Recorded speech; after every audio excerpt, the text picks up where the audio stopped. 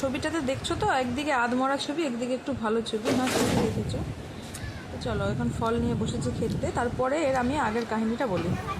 ভোরবেলা থেকে হচ্ছিল প্রচুর পেটে ব্যথা, আর থাকতে পারছিলাম না। শেষমেশ গেলাম হসপিটালে, গিয়ে ডাক্তার দেখালাম। বাবার বাড়িতে ছিলাম জানোই, ডাক্তার দেখিয়ে ওখানে হসপিটালে ভর্তি। স্যালাইন, ইঞ্জেকশান, এটা ওটা চললো, সারাদিন থাকলাম। 4টার দিকে বাড়ি এসেছি।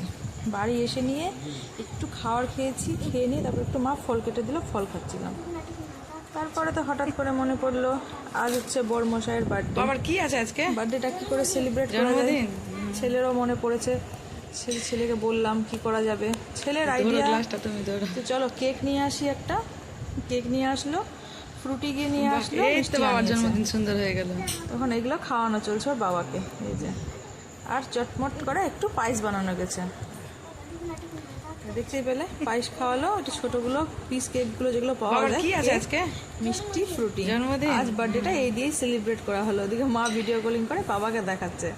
ধরো গ্লাসটা। আর ওদিকে রাত্রের জন্য রান্না হচ্ছে চিকেন। তো এই হচ্ছে আজকে সারাদিনের গল্প। অস্বস্তি, হসপিটাল, বার্থডে, এই করেই কাটানো গেল। চলো শেষমেশ ভালো করেই কাটলো।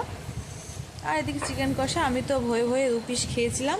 2 পিস খেয়ে নিয়ে 1 বাটি দই নিয়ে বসে গেছিলাম। তো চলো, তোমাদের এই ছোট্ট ভিডিওটা কেমন লাগলো অবশ্যই জানিও। আর আশা করি তোমরা সবাই খুব ভালো আছো, ভালো থেকো, সুস্থ থেকো। তো টাটা, বাই বাই।